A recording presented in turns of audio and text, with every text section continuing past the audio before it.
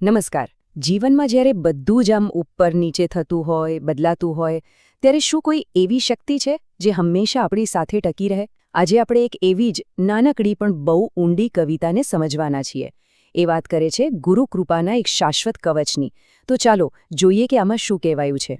ખબર છે, આ આખી કવિતાનો જે સાર છે ને, એ બસ એક જ વાતમાં આવી જાય છે: ગુરુકૃપા. એ જીવનની સૌથી મોટી તાકાત છે. અને આ ખાલી કહેવાની વાત નથી. ખરેખર આ એક એવી અતૂટ શ્રદ્ધા છે જે આપણને ગમે તેવી પરિસ્થિતિમાં પણ સ્થિર રાખે છે, મજબૂત રાખે છે. પણ જુઓ, આ કવિતા સીધે આપણને કોઈ જવાબ નથી આપી દેતી. ના, પહેલાં એ સમસ્યાની વાત કરે છે, એ પડકારની વાત કરે છે જેનો સામનો આપણે બધા જ કરીએ છીએ, અને એ છે જીવનનું સતત બદલાતું રહેવું. કવિતાની શરૂઆત જ જુઓ, કેટલી સચોટ છે. એકદમ સનાતન સત્યથી થાય છે કે જીવનમાં બધું બદલાય છે. પછી એ સંબંધો હોય કે સંજોગો, કાંઈ પણ કાયમ રહેતું નથી, ખરું ને? અને સાચું કહું તો આ જે સતત બદલાવ છે ને, એ જ ક્યારેક આપણને અંદરથી હલાવી દે છે. એક અસુરક્ષા, એક અસ્થિરતાનો અનુભવ કરાવે છે. અને બસ અહીં જ આ કવિતાનો સૌથી મોટો અને સૌથી સુંદર કોન્ટ્રાસ્ટ, એટલે કે વિરોધાભાસ આપણી સામે આવે છે. જુઓ, એક બાજુ છે આખું જગત, આખી દુનિયા જે સતત બદલાયા જ કરે છે, પણ બીજી બાજુ છે ગુરુકૃપા, એક માત્ર એવી શક્તિ જે હંમેશા અચળ રહે છે, સ્થિર રહે છે. અને સાચું પૂછો તો આ જ વિશ્વાસ આખી કવિતાનો પાયો છે.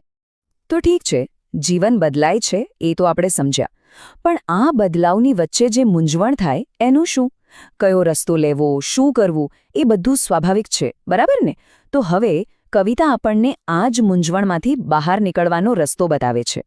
હવે આ સવાલ એવો છે જે કદાચ આપણા બધાના મનમાં ક્યારેક ને ક્યારેક તો આવ્યો જ હશે, કે જ્યારે કંઈ જ સમજ ન પડે, બુદ્ધિ કામ ન કરે, કોઈ રસ્તો જ ન દેખાય, ત્યારે શું?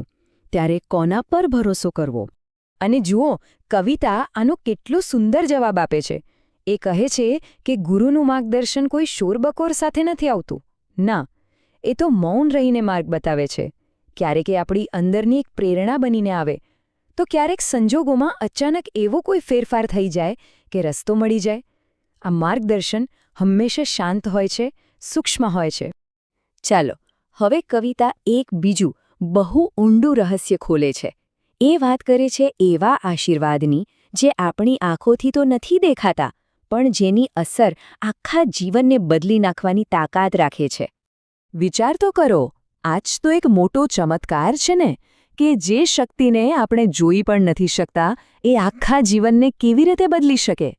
પણ કવિતા કહે છે કે સાચી શક્તિ જોવાની વસ્તુ નથી, એ અનુભવવાની વસ્તુ છે. એ અંદરથી, આપણા મૂળમાંથી કામ કરે છે અને પછી આપણી બહારની દુનિયા આપોઆપ બદલાઈ જાય છે. તો ચાલો બધું જોડીએ. એક તરફ ગુરુકૃપાની સ્થિરતા, જે ક્યારેય નથી બદલાતી. બીજી બાજુ એનું મૌન માર્ગદર્શન, અને ત્રીજું એના અદૃશ્ય આશીર્વાદ. આ બધું ભેગું મળીને શું બને છે ખબર છે? એ બને છે એક અત્યંત શક્તિશાળી રક્ષણ, એક કવચ. અને આ જ રક્ષણને કવિતા એક બહુ સુંદર નામ આપે છે: શાશ્વત કવચ. હવે આ કોઈ લોખંડની ઢાલ નથી હો, આ તો શ્રદ્ધાની સુરક્ષા છે. એક એવો અતૂટ વિશ્વાસ કે જીવનમાં ગમે તેવા તોફાન આવે, એક દૈવી શક્તિ છે જે હંમેશા આપણી રક્ષા કરવા માટે હાજર છે. અને છેલ્લે કવિતા એ ખૂબ જ વ્યક્તિગત, એકદમ હૃદયપૂર્વકની પ્રાર્થના સાથે પૂરી થાય છે. આ પંક્તિઓ જે છે ને, એ ગુરુકૃપાના મોટા ખ્યાલને એક ચોક્કસ શ્રદ્ધા સાથે જોડી દે છે. એ બતાવે છે કે આ કોઈ ખાલી ફિલોસોફી નથી, પણ એક જીવંત સંબંધ છે જેની અહીં અભિવ્યક્તિ થઈ છે. તો અંતે એક સવાલ આપણી બધાની સામે રહી જાય છે કે જીવનના આ બધા પડકારોની વચ્ચે આવા શાશ્વત કવચનો અનુભવ કરવો, એનો ખરેખર અર્થ શું છે? અને કદાચ આનો જવાબ કોઈ પુસ્તકમાં નથી. એ તો દરેકના પોતાના અનુભવમાં, પોતાની શ્રદ્ધામાં જ છુપાયેલો છે, ખરું ને?